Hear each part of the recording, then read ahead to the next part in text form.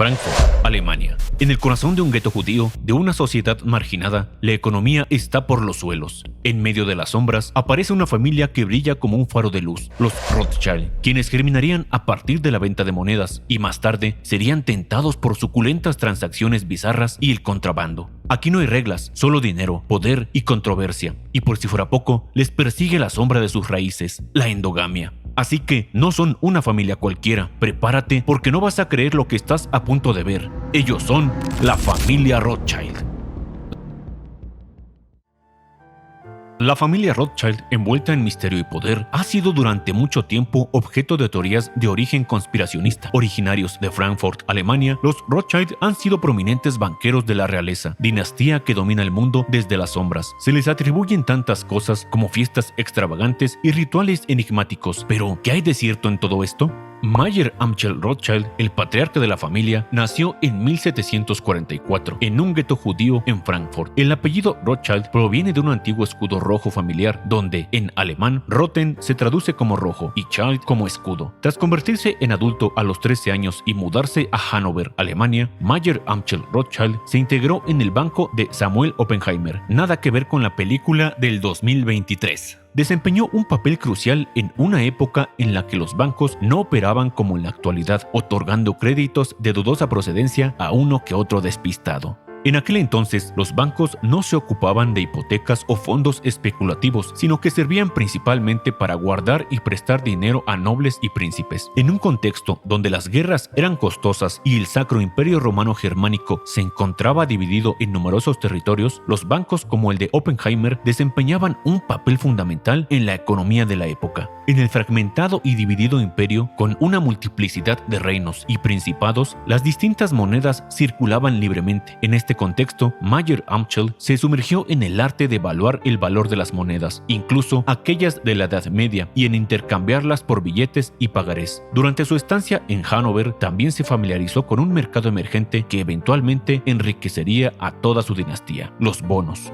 Los bonos, subdivisiones de deudas emitidas por estados nacionales, eran adquiridos por inversores en busca de intereses o para revenderlos directamente. En aquel entonces, y como ahora, el mercado de bonos representa una parte significativa de la economía. A través de su experiencia en el banco de Samuel Oppenheimer, Mayer Amschel aprendió a ser intermediario entre nobles necesitados de financiamiento y diversos inversores, desde ricos hasta comerciantes y artesanos de clase media, todos buscando rendimientos. El banquero no solo facilitaba transacciones financieras, sino que también se encargaba de la creación y venta de bonos, cobrando comisiones por sus servicios. En un mundo donde la necesidad de financiamiento era constante, Mayer Amschel encontró su lugar como un hábil intermediario financiero en medio de la complejidad del Sacro Imperio Romano Germánico. Trabajar en la banca en aquella época tenía sus ventajas. Una de ellas era el acceso privilegiado a la monarquía y la nobleza. Mayer estableció relaciones con estas figuras y gracias a sus contactos pronto pudo establecer su propio negocio. En 1764 regresó a Frankfurt, lugar que lo vio crecer, especializándose en la compra, venta y empeño de monedas antiguas y medallas. Se dice que su primera transacción independiente fue la compra de una moneda antigua a Guillermo IX de Hesse-Kassel, príncipe sucesor del estado independiente de Hesse-Kassel. Según registros, se dice que Guillermo necesitaba de 38 florines y 30 kreuzers, monedas de aquella época, para comprarse unas cervezas. Aparentemente no fue gran cosa, pero esta transacción sería el comienzo de una buena amistad, pues ambos tenían la misma edad, marcando así el inicio de una carrera bancaria independiente de Mayer Amschel Rothschild.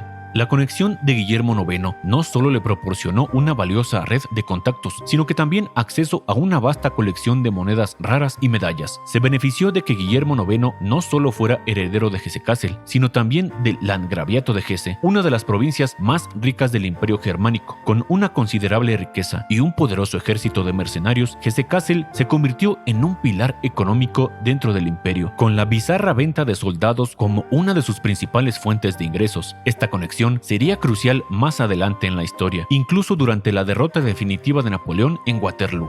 Gracias a su conexión con Guillermo, cuya fortuna ascendía a cerca de 40 millones de florines, considerando que un gramo de oro en ese entonces costaba aproximadamente un florín, hoy en día equivaldría a alrededor de unos 250 millones de dólares. Pero tomemos esta cifra simplemente como referencia. Mayer Amschel fue contratado como banquero del príncipe heredero en 1769. En aquellos tiempos era común que los nobles contrataran banqueros judíos, conocidos como Hofjud o judíos de la corte.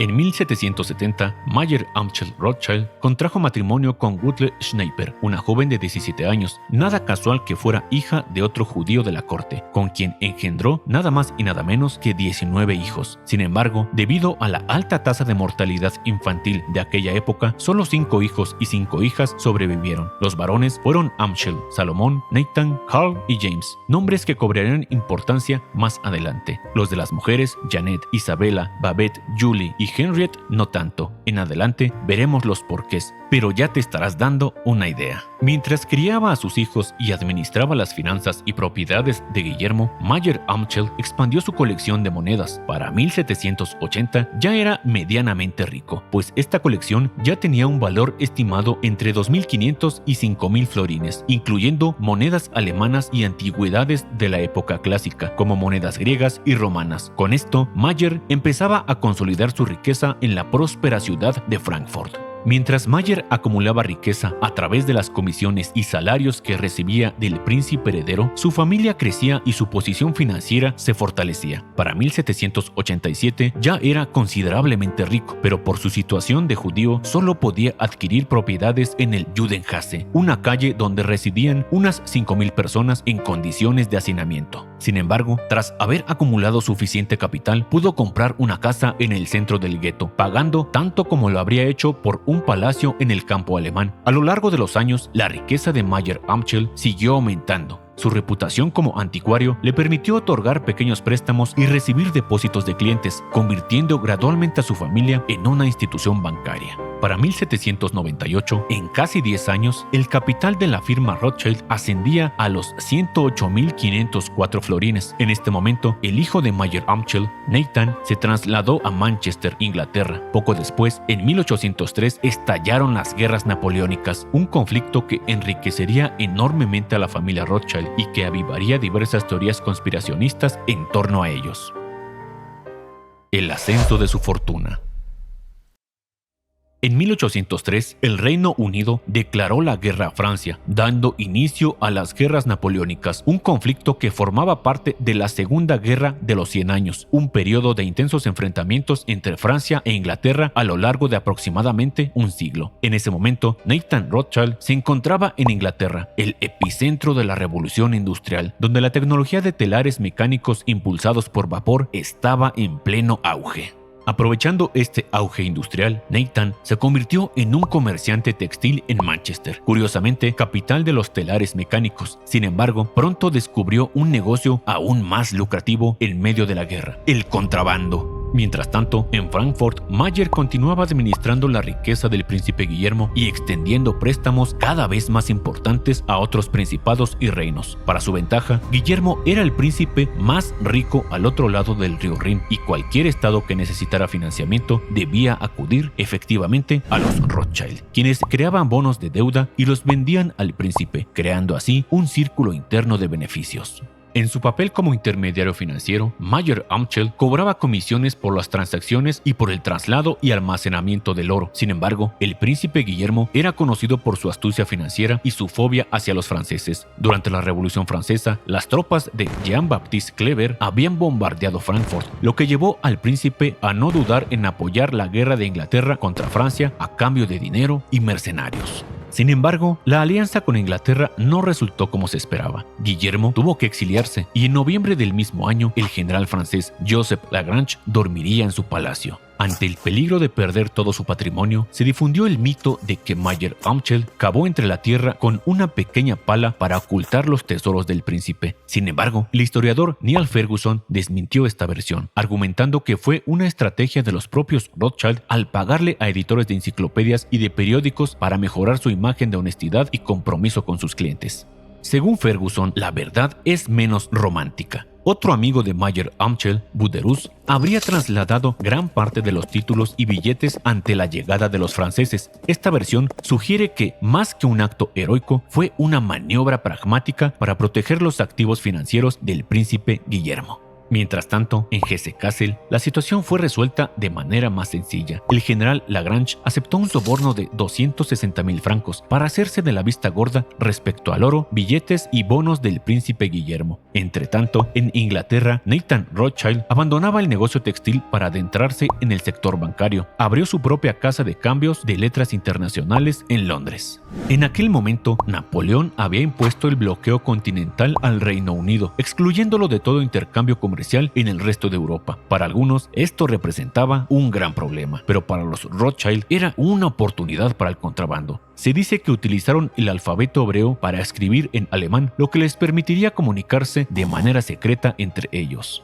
Los Rothschild aprovecharon la situación enviando a James, el hermano menor, a París. Allí, James compraba letras de cambio de Londres que, debido al bloqueo, estaban devaluadas en París. Luego, mediante una red de contrabando clandestina, enviaba las letras a Nathan en Londres y, según el historiador Miguel López Morel, Nathan las cobraba obteniendo un margen de ganancia del 20%. Unos años después, cuando Francia invadió España, Gran Bretaña envió al duque de Wellington para ayudar a los insurgentes de la península. Nathan y James desempeñaron un papel crucial en la financiación de la insurrección. Mientras Nathan obtenía monedas europeas mediante sus contactos y las enviaba a su hermano James en París, este compraba letras de cambio sobre banqueros españoles y las intercambiaría por los billetes del duque de Wellington en la frontera de los Pirineos. Toda una maraña. Según López Morel, el gobierno británico transfirió alrededor de 42.5 millones de libras a sus tropas y aliados en el continente, y al menos la mitad de esta cantidad pasó por las manos de los Rothschild. Los beneficios de estas operaciones oscilaban el 8%, tan solo en comisiones. El desenlace final de la guerra llegó en 1815, con la batalla de Waterloo en Bélgica, donde el duque de Wellington derrotó a Napoleón. Y es aquí donde surge uno de los mitos más conocidos sobre Nathan Rothschild. Según la cultura popular, cuando Nathan se enteró de la victoria de la Gran Bretaña, acudió directamente a la Bolsa de Valores de Londres y comenzó a vender acciones aparentando ser presa del pánico. Esta táctica llevó a la gente a creer que habían perdido la guerra y a imitar a Nathan vendiéndolo todo. Posteriormente, Nathan compró nuevamente las acciones a precios mucho más bajos, disparando sus ganancias como la espuma de la leche, ya que en realidad habían ganado la guerra. Según Niall Ferguson, la historia sobre Nathan y la venta masiva de acciones en la bolsa de valores tras la victoria en Waterloo comenzó a difundirse en Europa gracias a escritores franceses como Honoré de Balzac o antisemitistas radicales como George Darnville. Muchas de estas teorías conspirativas hacia los Rothschild tienen sus raíces en el antisemitismo de la época, pero en realidad apuntan a ser totalmente falsas. Al investigar un poco más, se decía que los Rothschild tenían un avanzado sistema de comunicación mediante palomas mensajeras, lo que permitiría a Nathan enterarse primero de la noticia de la victoria. Otra versión sugiere que Nathan estuvo presente junto al duque de Wellington en la batalla y al ver la inminente victoria, utilizó una tropa de caballos para llegar a la costa belga, donde contrató a un pescador para que lo llevara a través de las peligrosas aguas del Canal de la Mancha hasta Inglaterra. A menudo estos relatos exageran los hechos, llegando incluso a cambiar el nombre de Nathan por el de Satán, como se observa en el relato de George Darnville. Más allá de los mitos, es innegable que los Rothschild obtuvieron enormes beneficios económicos de las guerras napoleónicas. Gracias a los préstamos, Inglaterra terminó muy endeudada con ellos, debiendo un total de 1.167.000 libras con intereses del 2%. Otros países como Rusia y Prusia también se endeudaron con sumas similares, lo que demuestra que la guerra puede ser un negocio muy lucrativo. Pero atención, lo sorprendente es que los Rothschild supieron sacar aún más provecho en tiempos de paz. Estabilidad y tiempos de paz. La guerra no solo benefició económicamente a los Rothschild, sino que también tuvo un impacto social positivo. Con la llegada de Napoleón, Frankfurt experimentó cambios importantes, incluyendo la promulgación de los derechos del hombre que proclamaron la igualdad y la libertad para todos los ciudadanos. Mayer Amschel Rothschild, el patriarca de la familia, negoció con las nuevas autoridades para permitir que los judíos compraran propiedades fuera de la marginación del gueto y participaran en diversos negocios. Mayer Amschel Rothschild falleció en 1812 a los 68 años, poco antes de la derrota de Napoleón. En su testamento dejó 5 instrucciones precisas que trazaron el futuro de la familia Rothschild. 1. Todas las posiciones clave deben ser ocupadas por miembros de la familia. 2. En los negocios solamente pueden participar los miembros de la familia varones. 3. El hijo mayor del hijo mayor debe ser el cabeza de la familia, siempre y cuando la mayoría de la familia no decida lo contrario. 4. La familia debe casarse entre sí con sus primos de primer y segundo grado. Y 5. No puede haber ninguna auditoría jurídica y ninguna publicación de los bienes. El cuarto punto es particularmente intrigante y genera interrogantes sobre las prácticas tradicionales de endogamia. ¿Qué significa exactamente casarse entre primos de primer y segundo grado?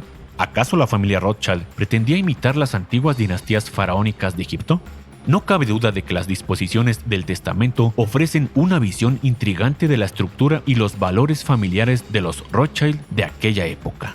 Percibamos un poco de contexto de la Europa del siglo XIX, en donde los matrimonios concertados entre primos eran comunes, especialmente de las familias reales y minorías étnicas como los gitanos o los judíos. En este caso, los Rothschild, al igual que muchas familias de la época, seguían esta práctica. En la segunda generación de los hijos de Mayer Amschel, solo James se casó con una sobrina, mientras que los demás contrajeron matrimonio con hijos e hijas de banqueros y comerciantes judíos prominentes. Lo que sí es que desde la tercera hasta la quinta generación predominó el banquete de la endogamia en la familia Rothschild. Debido al poder y la riqueza que acumulaban, era casi imposible que tuvieran algún interés en casar a sus hijos con alguien que no fuera de la familia.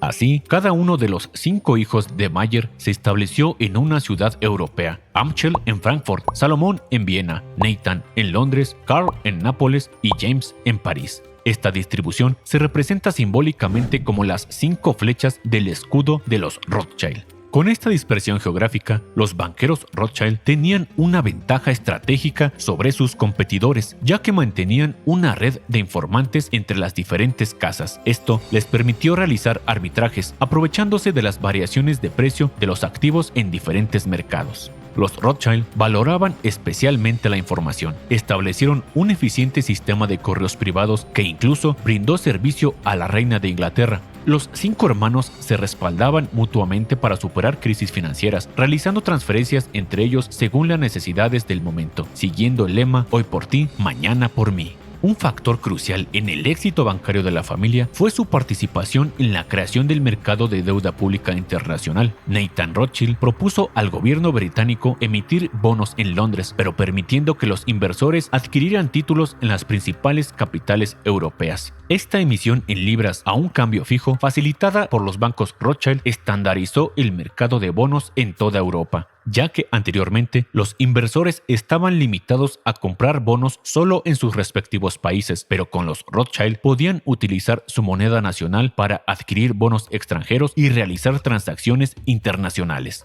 Además de su influencia en el mercado de bonos, los Rothschild se enriquecieron aún más invirtiendo en ferrocarriles en Europa y América. Gracias a sus conexiones con los líderes políticos de cada país, obtenían fácilmente créditos y derechos de construcción para sus proyectos. Además de su influencia en el mundo bancario, los Rothschild expandieron su presencia financiando diversas empresas y proyectos alrededor de todo el mundo. Financiaron las colonias mineras en lo que ahora es Zimbabue, donde se explotaban los controvertidos diamantes de sangre. Contribuyeron al desarrollo del metro de Londres, respaldaron el sector de la metalurgia y el carbón en España e incursionaron en la fabricación de lujosos vinos en Francia. Con sus inversiones y empresas, los Rothschild no solo mantenían poder bancario, sino que también impulsaban las economías de múltiples países. Su influencia era tan vasta que no sorprende que surgieran numerosos mitos en torno a la familia. Sin embargo, como todo en esta vida, su ascenso eventualmente iría cuesta abajo.